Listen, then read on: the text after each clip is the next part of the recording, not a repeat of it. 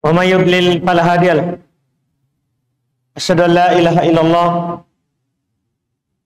wahdahu la syarika lah wa asyhadu anna Muhammadan abduhu wa rasuluh sallallahu alaihi wa ala alihi wa ashabihi wa man tabi'ahum bi ihsan ila yaumiddin. Amma ba'd. Kaum muslimin jamaah salat maghrib rahimani wa rahimakumullah. Alhamdulillah, kembali di malam hari ini kita melanjutkan kajian kitab Bulughul Maram karya Imam Al-Hafidh Ibn Hajar Al-Asqalani rahimahullahu ta'ala. Kita masih di pembahasan Kitabus Shalah, bab Al-Hath al-Khusyu' fis Shalah.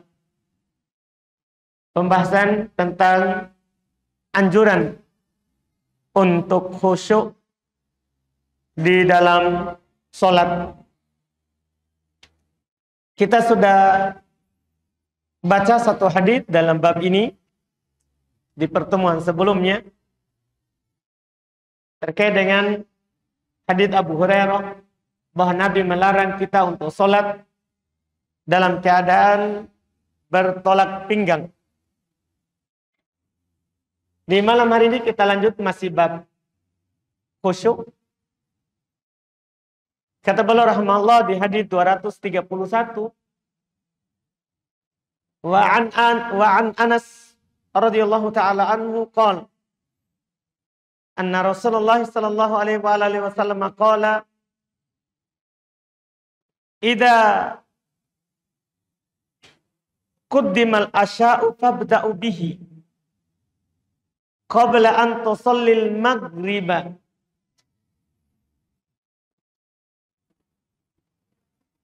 Muttafaqun alaih. Kata beliau dari Anas bin Malik radhiyallahu taala anhu, beliau berkata, Rasulullah sallallahu alaihi wasallam bersabda, "Idza quddimal asya", jika makan malam, walaupun tidak harus makan malam, ini hanya disebutkan makanan.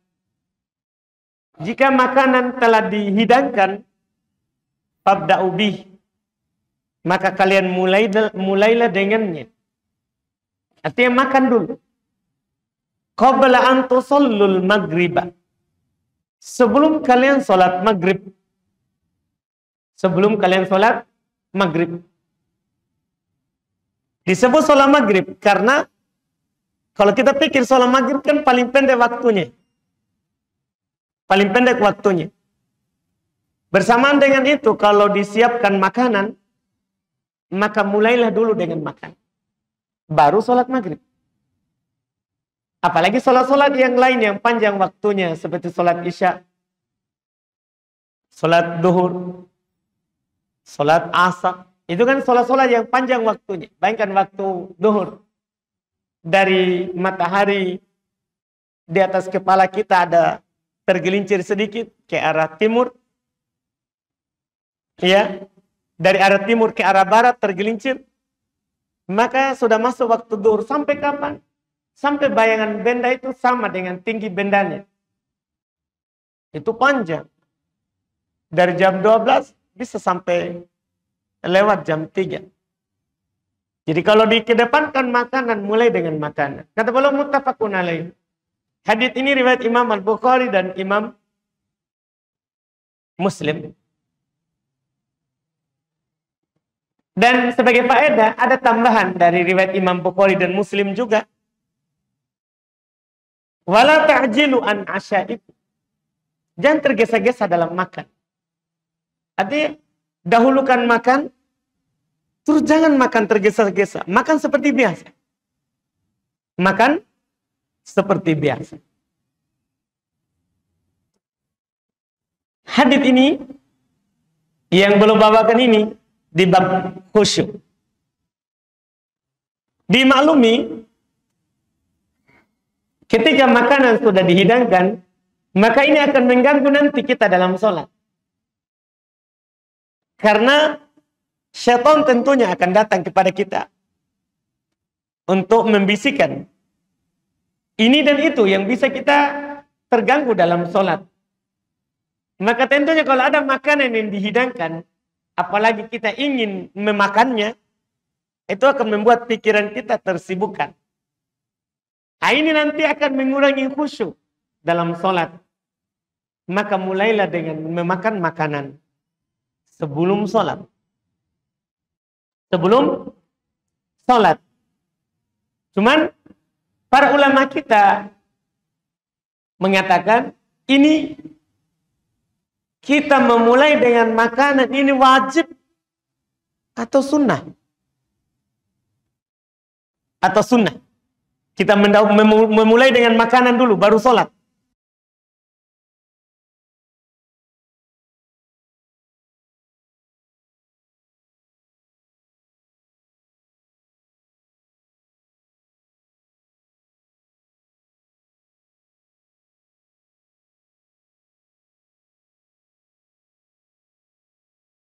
Itu adalah lafaz perintah. Ini kita masuk dalam berbicara hukumnya. Dalam hal ini, para ulama rahimahumullah, mereka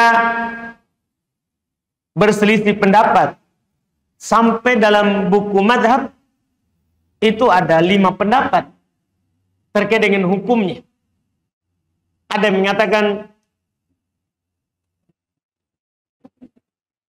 dia mulai dengan sholat dulu. Dia mulai dengan sholat dulu. Kecuali saat dirinya lapar sekali, ingin sekali makan, maka di situ baru makan dulu, baru sholat. Asalnya sholat dulu.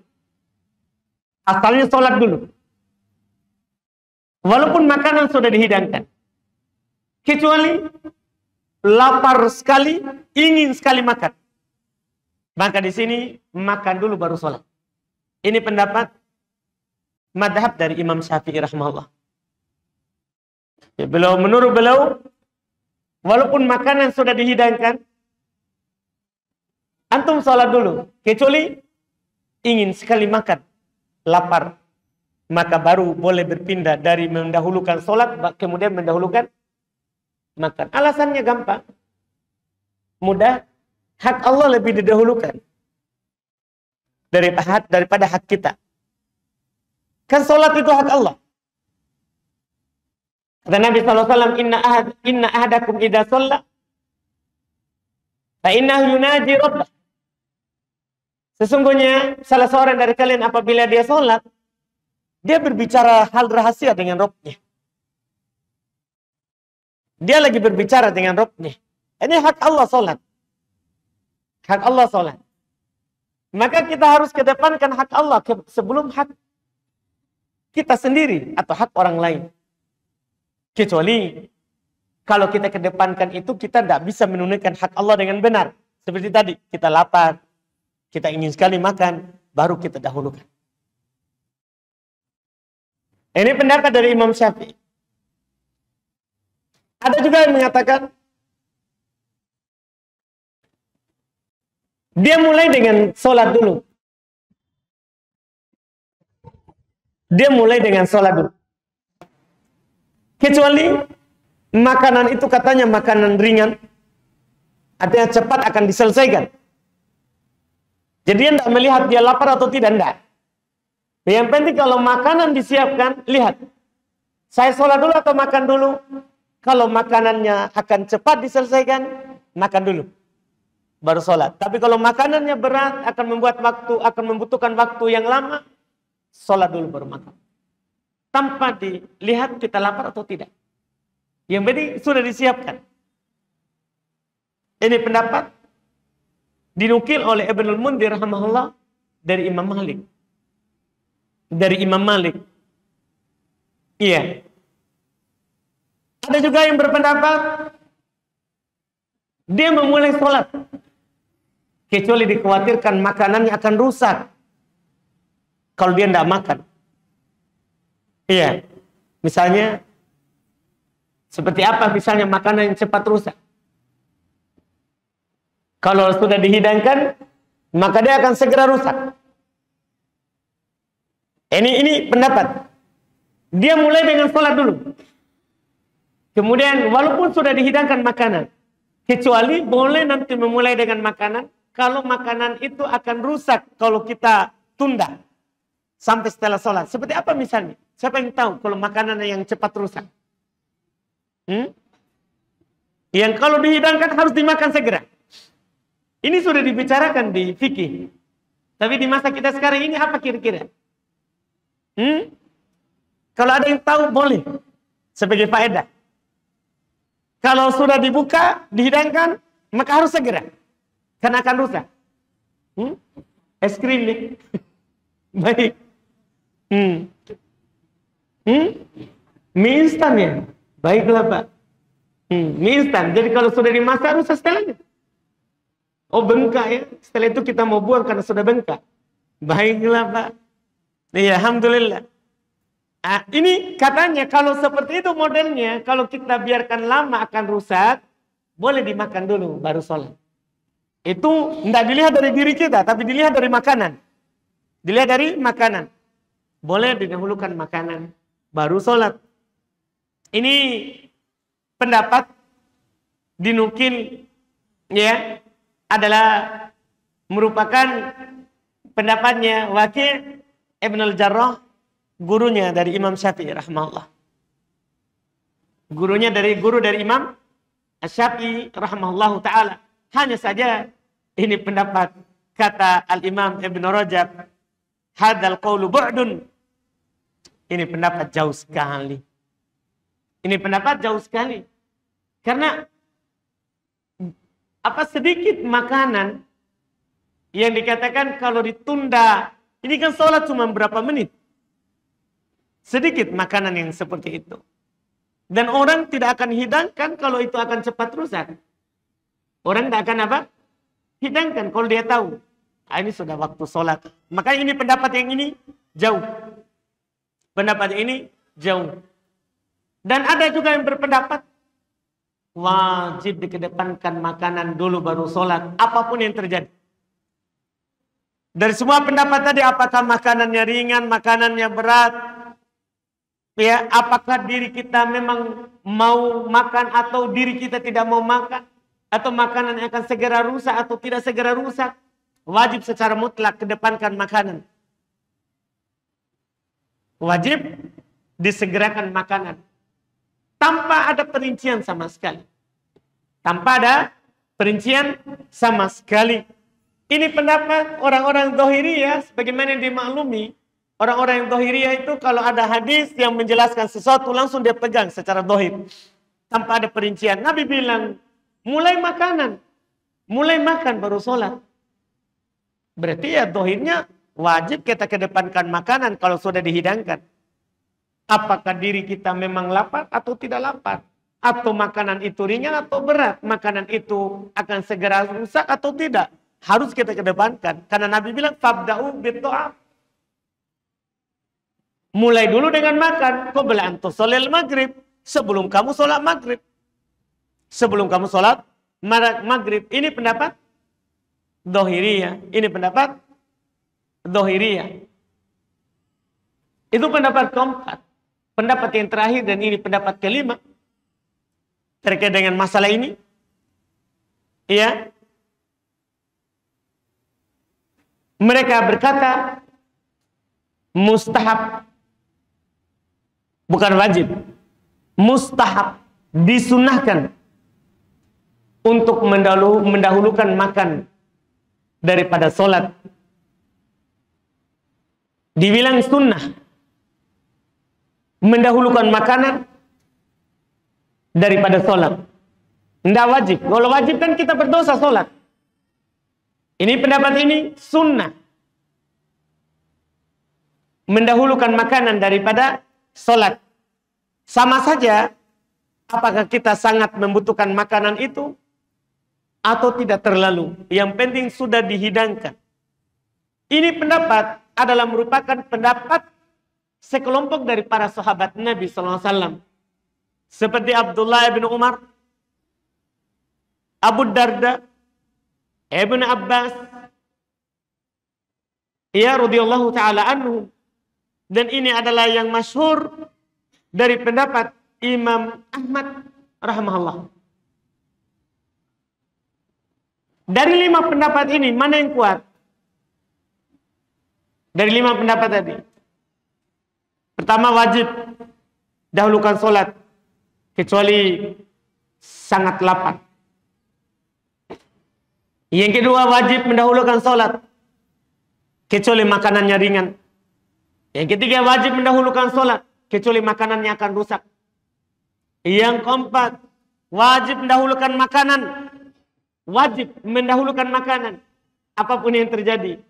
Apakah lapar sekali atau tidak, ringan ataupun berat, cepat rusak ataupun tidak, wajib mendahulukan sholat, mendahulukan makanan. Pendapat kelima, sunnah mendahulukan makanan. Sunnah mendahulukan makanan. Ini pendapat dari sahabat Nabi SAW. Sudah saya sebutkan tadi, yang berpendapat seperti itu. Mana yang kuat? Yang kuat adalah pendapat yang saya sebutkan yang kelima. Sunnah kita makan dulu, tidak wajib. Sunnah kita makan dulu, baru kita sholat. Tapi siapa yang sholat dulu, baru makan, tidak ada masalah. Tapi pertanyaannya, kenapa kita bilang sunnah dan Nabi perintahkan?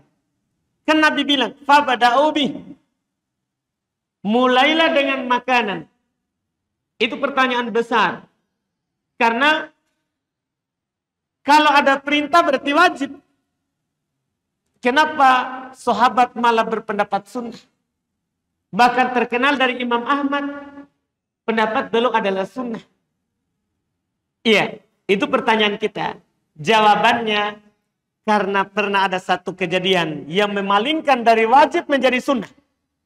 Ada satu kejadian dalam riwayat Imam Al-Bukhari dan Imam Muslim dari sahabat Amr ibn Umayyah Ad-Damri. Beliau berkata, anna Nabi SAW du'i'a ila shalah. Bahwa Nabi SAW diseru untuk sholat. Maksudnya sholat, ya tentunya sholat wajib.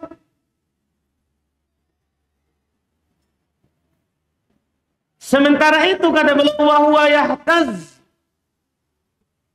min katib syah. Sementara beliau lagi mempersiapkan, memotong bagian pahanya kambing untuk dimakan. Faqama wa taraha sikin wa shalla. Tapi beliau berdiri, beliau simpan pisaunya dan beliau sholat. Ini yang memalingkan dari wajib menjadi apa? Sunnah. Kalau seandainya wajib, pasti Nabi makan dulu. Pasti Nabi makan dulu. Tapi di sini, ketika Nabi dipanggil untuk sholat, maksudnya qomat, maka beliau simpan pisaunya dan beliau berdiri sholat. Beliau berdiri sholat. Inilah yang memalingkan dari wajib menjadi apa? Sunnah. Dari wajib menjadi sunnah. Dan ini yang lebih bagus. Ini pendapat yang lebih pertengahan. Karena berdalil dengan 2 hadis. Berdalil dengan 2 hadis. Adapun kalau ada orang ya sholat, ya tidak makan dulu, itu sampai dikatakan oleh Al-Imam Ibnul Mundhir rahimahullah, wa yukrahu taqdimus shalah fi mithli hadhil hala 'ala ta'am. Sampai kata Imam Ibnul Mundhir, makruh mendahulukan salat dalam keadaan seperti itu. Sampai seperti itu. Ini dari takbir Al-Imam Ibnul Mundhir dari ulama Syafi'iyah rahimahullahu ta'ala. Rahimahullahu ta'ala. Ini yang paling tepatnya terkait dengan ya ketika makanan sudah dihidangkan dan sholat telah masuk waktunya. Telah masuk waktunya. Ini yang terkait dengan pembahasan ini. Kemudian berikutnya, kata beliau an Abi Dzar radhiyallahu ta'ala anhu qala Rasulullah sallallahu alaihi wasallam idza qama ahadukum fis shalah fala yamsahil hasa fa inna rahmata tuwajihu. Rawahul khamsa bi isnadin sahih. Wa zada Ahmad wahidatan auda. Wa fi sahih an Mu'aykib nahwuhu bi ghairi ta'lilin. Kata beliau dari Abu Dzar, masih di bab khusyuk.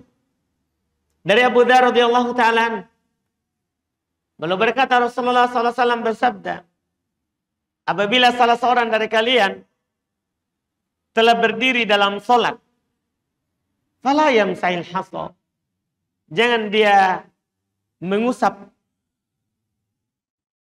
kerikil, batu-batu kecil yang menempel di apakah di jidatnya atau di badannya. Jangan dia usap. Sampai saya kalau kita sujud, ada kotoran menempel di jidat atau di tangan atau di lutut. Kata Nabi, kalau kalian berdiri dalam solat, jangan mengusap, jangan melap al-hasa, kerikil-kerikil kecil. Fa inna rahmata tuwajihu, karena rahmat sedang mengarah kepadanya. Mengarah kepadanya. Ini sebabnya kenapa kita dilarang. Kata beliau diriwayatkan oleh Imam 5 dengan sanad yang sahih. Dan memang hadis ini dengan lafaz idza qama ahadukum fis shalah fala yamsahil hasa. Sampai di situ itu sahih. Tapi dengan tambahan fa inna rahmah tuwajihu, karena rahmat lagi mengarah kepadanya, ini tambahannya dhaif. Dalam sanadnya kalau tambahan itu ada rawi yang bernama Abul Ahmas, dia adalah rajulun majhul. Rawi yang tidak dikenal. Ia rawi yang tidak dikenal.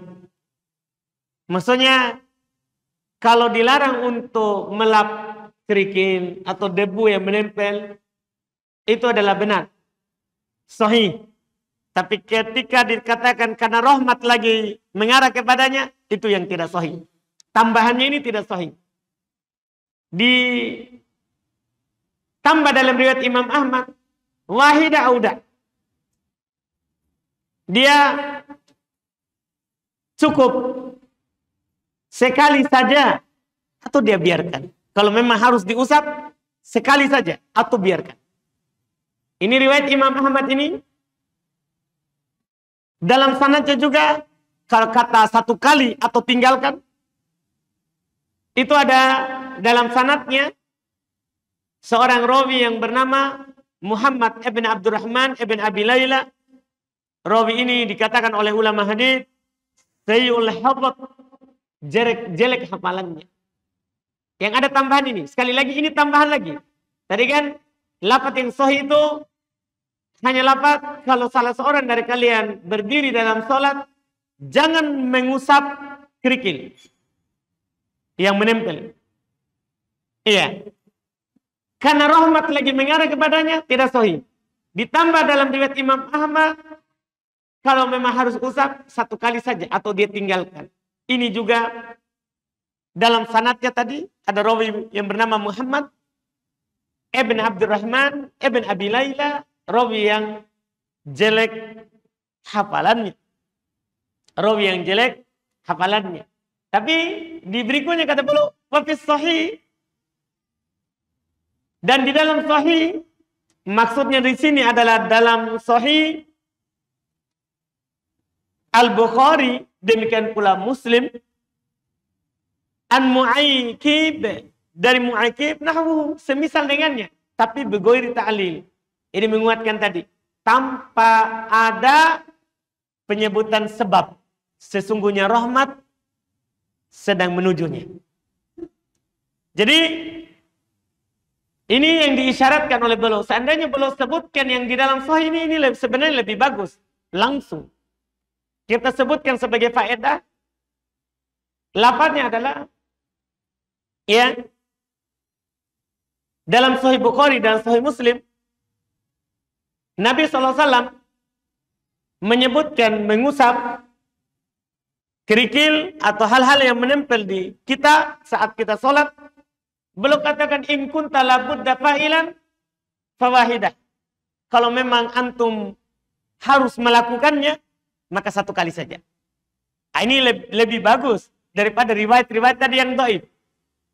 Riwayat-riwayat yang dhaif.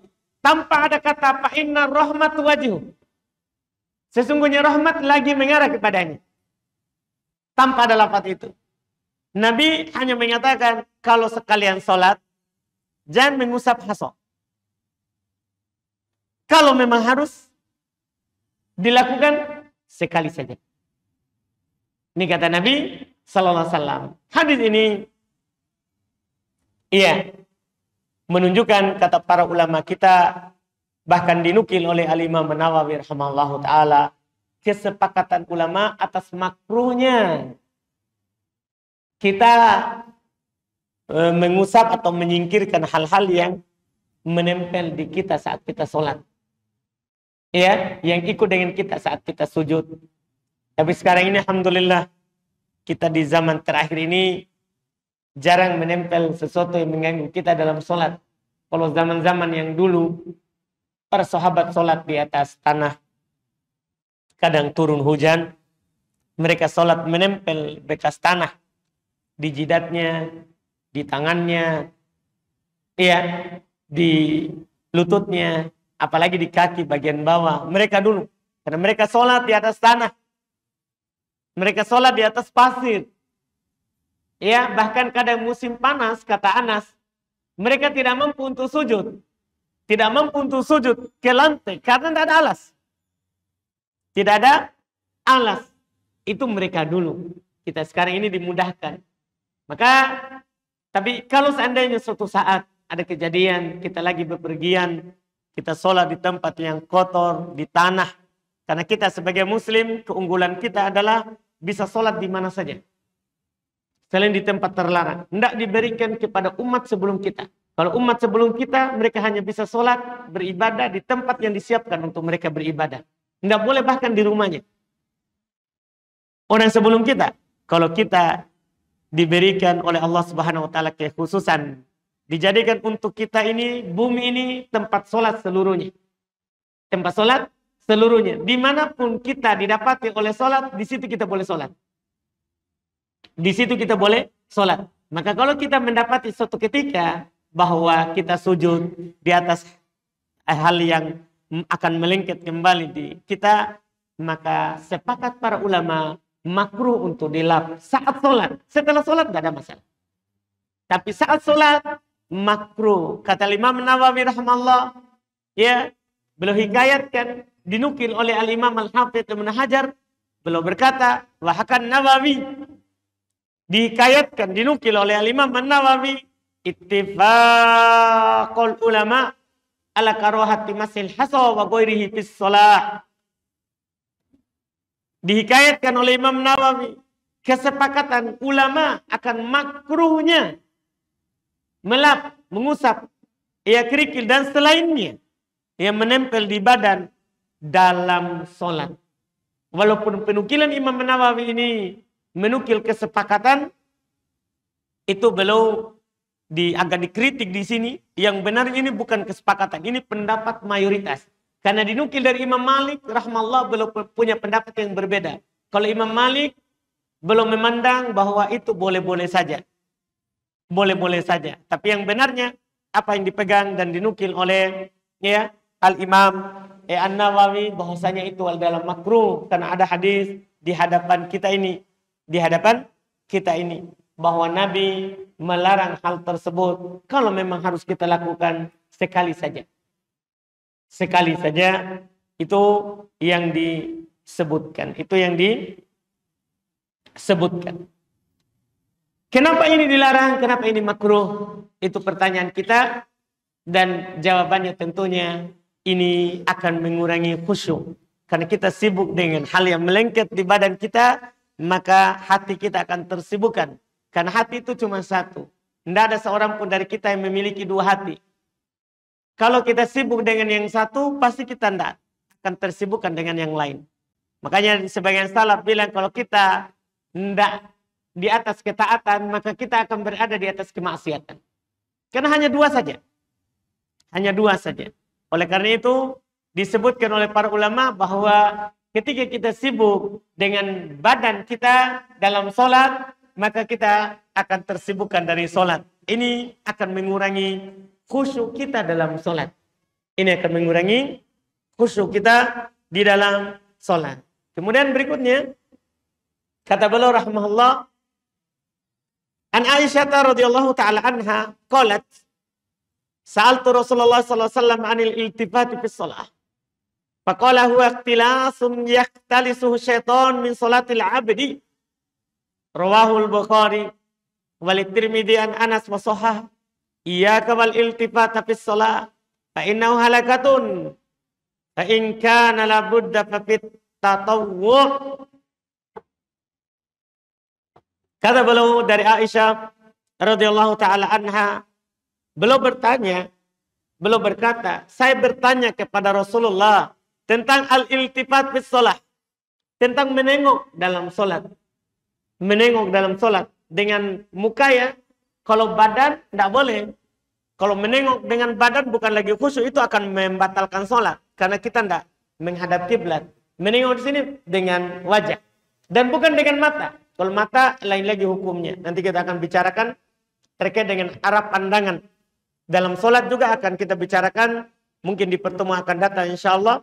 Ada nanti hadis yang disebutkan oleh penulis rahimahullahu ta'ala. Terkait dengan mata, kita cuma dilarang untuk pandang ke atas. Nanti kita akan sebutkan hadisnya. Ini masalah wajah. Masalah wajah. Beliau bertanya kepada Rasulullah tentang menengok dalam sholat. Faqal, beliau berkata, ikhtilas. Itu curian. Itu adalah curian. Dari siapa? Siapa yang mencurinya? Yahtalisu syaitan min salatil abdi. Yang syaitan curi dari solatnya seorang hamba. Dari solatnya seorang hamba. Kata beliau, diriwayatkan oleh Imam Al-Bukhari. Lafaz ini. Tapi ada dalam lafaz Imam Tirmidzi dari Anas. Beliau sahihkan juga, yaitu Imam Tirmidzi. Nabi bersabda, iyyaka wal iltifat fi shalah. Hati-hati kamu menengok dalam sholat. Fa innahu halakatun. Sesungguhnya itu adalah kebinasaan. Fa in kana la bud fa fit tatawwu. Kalau memang harus, maka di sholat sunnah. Kalau memang harus antum menengok, maka di sholat sunnah. Ini dua lafaz hadis. Satu riwayat Imam Al-Bukhari, tentunya sahih. Yang kedua riwayat Imam At-Tirmidzi, dan riwayat Imam At-Tirmidzi ini adalah dhaif. Disebabkan karena dalam sanadnya ada rawi yang bernama Ali ibn Zaid ibn Jada'an, dia rawi yang dhaif. Itu sebab pertama. Sebab yang kedua, ada keterputusan sanad antara Sa'id ibn al-Musayyab dan Anas. Sa'id ibn al-Musayyab, dia ketika dia meriwayatkan dari Anas, maka itu dianggap terputus. Kenapa? Dia tidak bertemu dengan Anas. Dia tidak bertemu dengan Anas. Sehingga ada dua sebab dhaifnya. Sebab pertama, ada rawi yang dhaif. Sebab kedua, ada sanadnya yang terputus, tidak nyambung. Maka kita hanya pakai hadis yang pertama. Hadis Aisyah.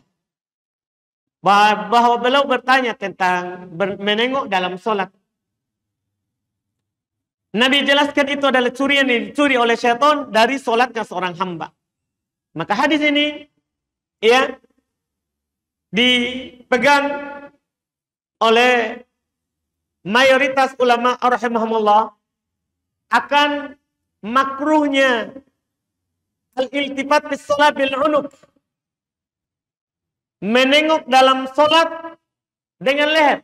Malam yastadir bil jasad. Selama dia tidak menengok dengan apa? Badannya. Kalau dengan badan, ini masalah besar. Bukan lagi makruh. Ini haram. Karena akan mengarah ke arah yang bukan kiblat. Tapi menengok dengan wajah. Ini hukumnya adalah makruh. Sampai-sampai orang Dhahiriyah seperti Ibnu Hazm mengatakan haram dan bisa batal sholat. Haram dan bisa batal sholat. Tapi yang dipegang oleh mayoritas itu lebih sahih. Yang mengatakan hukumnya adalah makruh. Hukumnya adalah makruh. Dan di sini makruhnya di sini jika tidak dibutuhkan. Jika tidak dibutuhkan. Adapun ketika dibutuhkan seperti apa? Ya. Dibutuhkan. Misalnya yang disebutkan ya oleh para ulama, kita dalam sholat ketika banyak bisikan, kan sunnah kita membaca ta'awud dan kita meludah kecil, meludah mini, ludah yang keluar sedikit saja di arah kiri. Ini kan pasti kita menengok. Ini untuk maslahat sholat dibolehkan, dibolehkan. Juga mereka bolehkan menengok kalau ada maslahatnya, berdalil dengan hadis bahwa Nabi SAW pernah sakit terakhir, beliau sakit keras, maka yang menggantikan sholat adalah Abu Bakar atas perintah dari Rasulullah SAW. Atas perintah dari Rasulullah SAW. Ketika Rasulullah SAW ya sadar, merasa kuat untuk keluar sholat, belum keluar, Abu Bakar lagi sholat. Maka orang-orang menepuk tangannya di belakang Abu Bakar. Di belakang Abu Bakar. Maka Abu Bakar pun menengok ke belakang. Menengok ke samping. Ini untuk masalah sholat. Datang imamnya, imam aslinya, imam rawatibnya, yaitu Rasulullah. Para sahabat tepuk tangannya. Tepuk tangannya. Maka Abu Bakar menengok. Maka setelah itu, Rasulullah tidak menyalahkan Abu Bakar. Rasulullah hanya menyalahkan para sahabat. Karena mereka menepuk tangannya. Menepuk tangannya. Nabi hanya mengatakan, man nabahu syai'un fi sholati falyusabbih. Iya. Fa innahu idza sabbaha iltafata ilaih. Kata Nabi, sesungguhnya siapa yang melewati sesuatu dalam sholatnya atau lupa, maka hendaklah dia bertasbih. Kalau ada yang mau menegurnya, bertasbih. Dia ucapkan subhanallah. Karena sesungguhnya kata Nabi, apabila dia bertasbih, maka orang akan tengok kepadanya. Orang akan melihatnya. Orang akan memikirkan bahwa, oh, saya lupa, saya salah. Ini kalau kita bertasbih dan menepuk tangan itu adalah bagi perempuan. Menepuk tangan itu adalah bagi perempuan. Itu menepuk punggung tangan. Menepuk punggung tangan. Nah, ini yang mengatakan bahwa ini yang mendukung apa yang dipegang oleh mayoritas. Bahwa menengok dalam sholat ini hukumnya adalah makruh. Kecuali untuk maslahat sholat. Kecuali untuk maslahat sholat. Ini yang kita bisa ambil di malam hari ini. Nanti kita akan lanjut lagi di pertemuan akan datang. Masalah hal-hal, masalah atau perkara yang beliau sebutkan terkait dengan khusyuk, insyaallah ta'ala, termasuk arah pandangan, insyaallah, arah mata ketika kita sholat. Kita cukupkan, kita masuk di tanya jawab.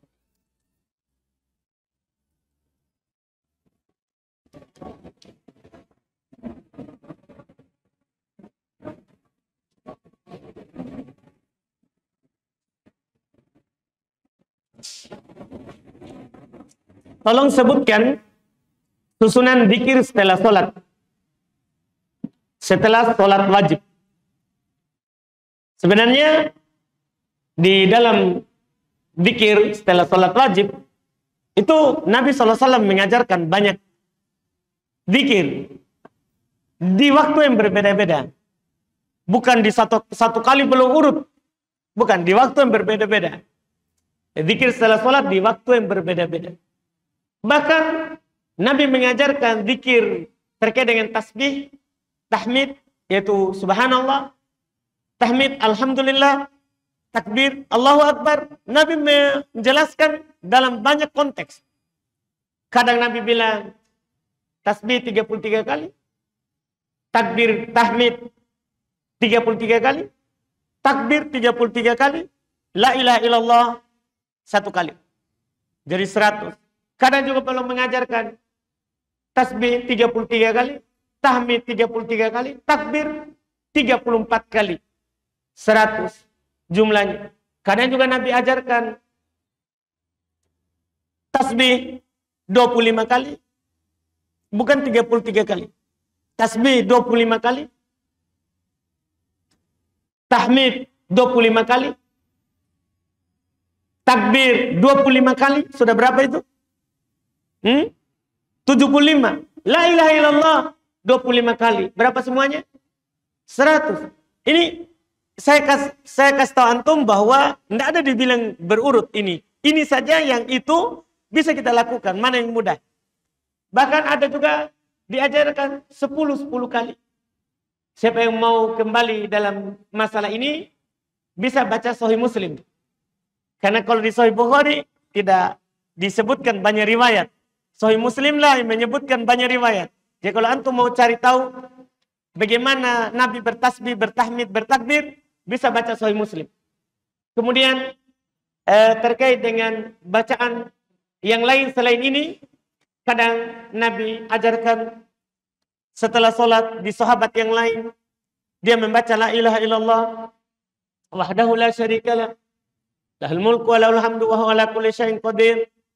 Kemudian dia baca Allahumma la mani alima ataita wa la mu'ti lima mana'ta wa la yanfa'u dzal jaddi minkal jadd.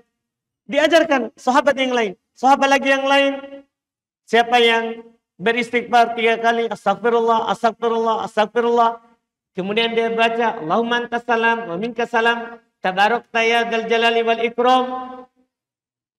Segitu saja sampai situ. Di tempat lain lagi Ibnu Abbas menukil, kami tidak mengetahui putusnya selesainya sholat Nabi SAW kecuali dengan takbir. Berarti kan Nabi setelah sholat belum bertakbir. Allahu Akbar dengan suara yang keras, suara yang didengar. Allahu Akbar, Allahu Akbar, Allahu Akbar. Kan ini yang diajarkan beda-beda sahabat. Sehingga susah dan sulit kalau kita mengatakan urutannya harus begini. Yang jelas zikir-zikir ini, inilah zikir-zikir yang dibaca setelah sholat. Wajib. Setelah sholat wajib.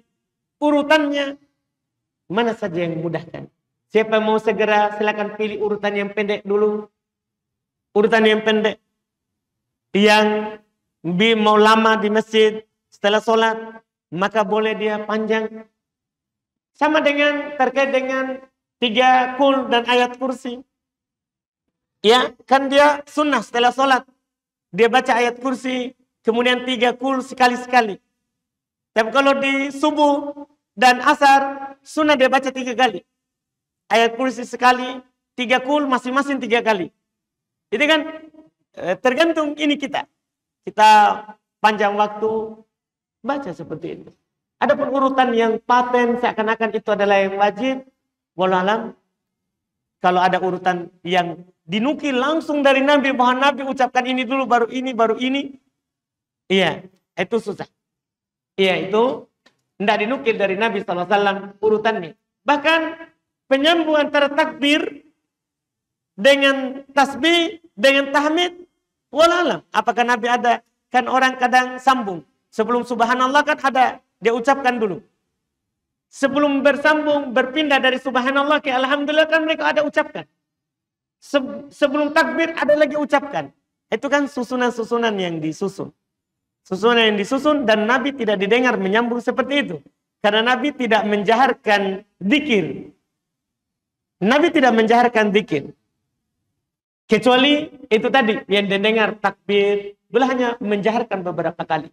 Bahkan pernah sahabat menjaharkan, Nabi tegur. Kalian tidak berdoa kepada yang tuli. Iya. Makanya para sahabat tahu itu takbir, tahmid, tasbih. Itu dari pengajaran Nabi. Nabi ajarkan. Nabi ajarkan.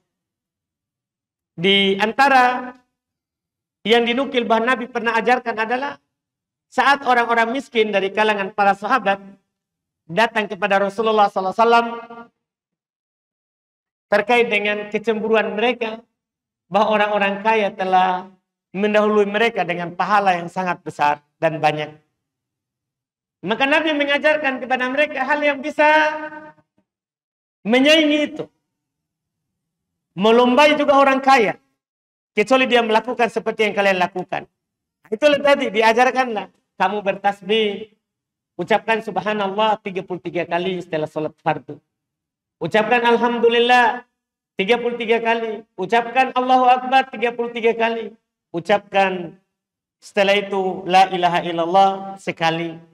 Maka kalian akan mendahului mereka kecuali mereka melakukan seperti yang kalian lakukan lagi. Iya, itu kan pengajaran. Itu adalah pengajaran. Ini sengaja saya nukil tadi itu dari dikit-dikit dan itu bukan pembatasan. Ada lagi hal-hal yang Nabi ajarkan, tapi tidak dinukil atau urutannya. Tidak dinukil urutan yang harus seperti itu. Harus seperti itu, wallahu a'lam.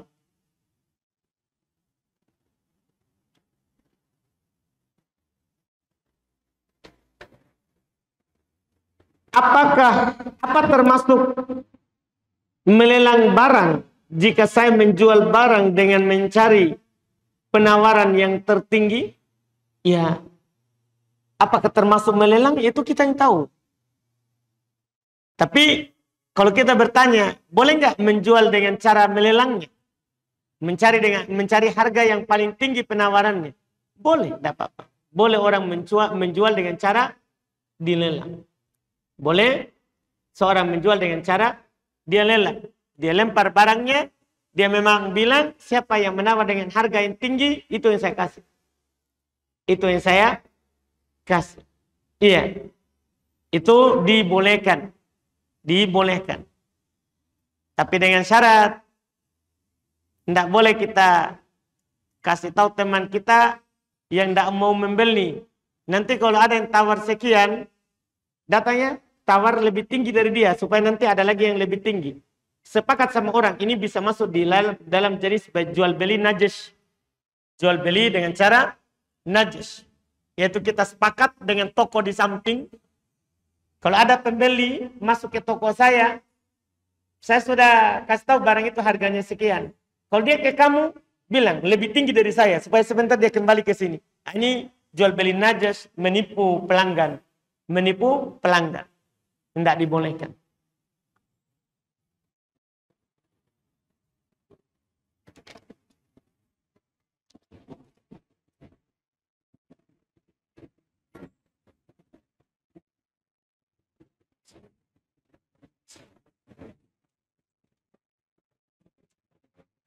Apa hukum sholat di kamar rumah sakit yang ada lambang salib di dalamnya? Kalau kita bisa turunkan atau bisa sholat di tempat lain daripada kita ragu, itu lebih bagus. Itu lebih bagus dan lebih hati-hati. Dan lebih bagus dan lebih hati-hati. Wallahu a'lam. Ada lagi?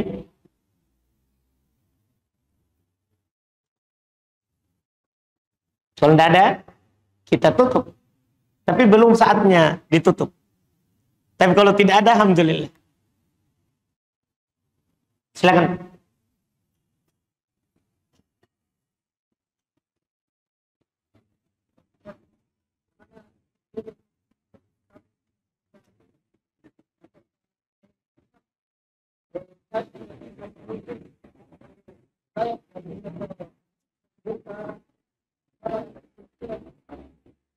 Ulang.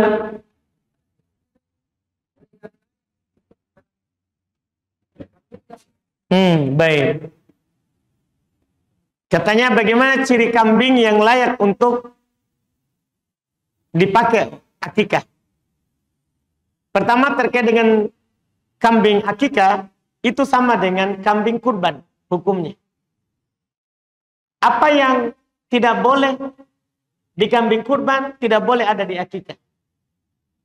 Apa yang menjadi syarat umur di kambing kurban, itu menjadi syarat umur di kambing akikah.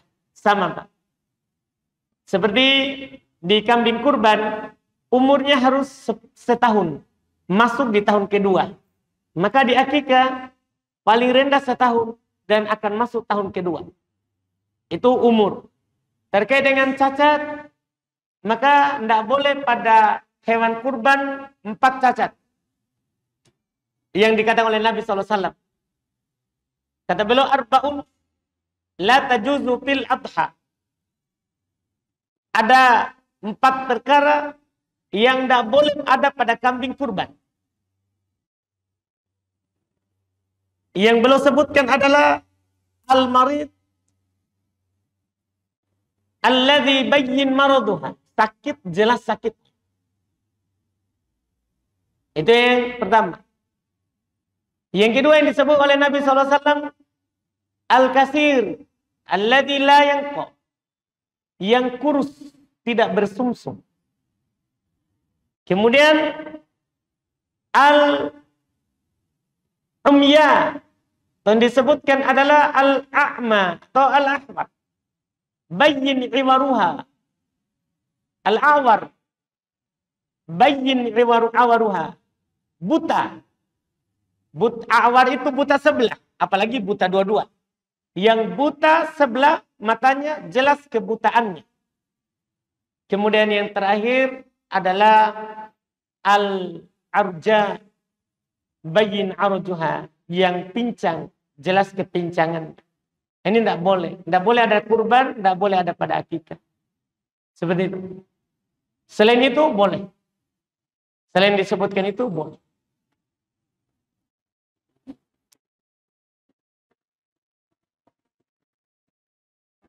Sudah habis ya? Berarti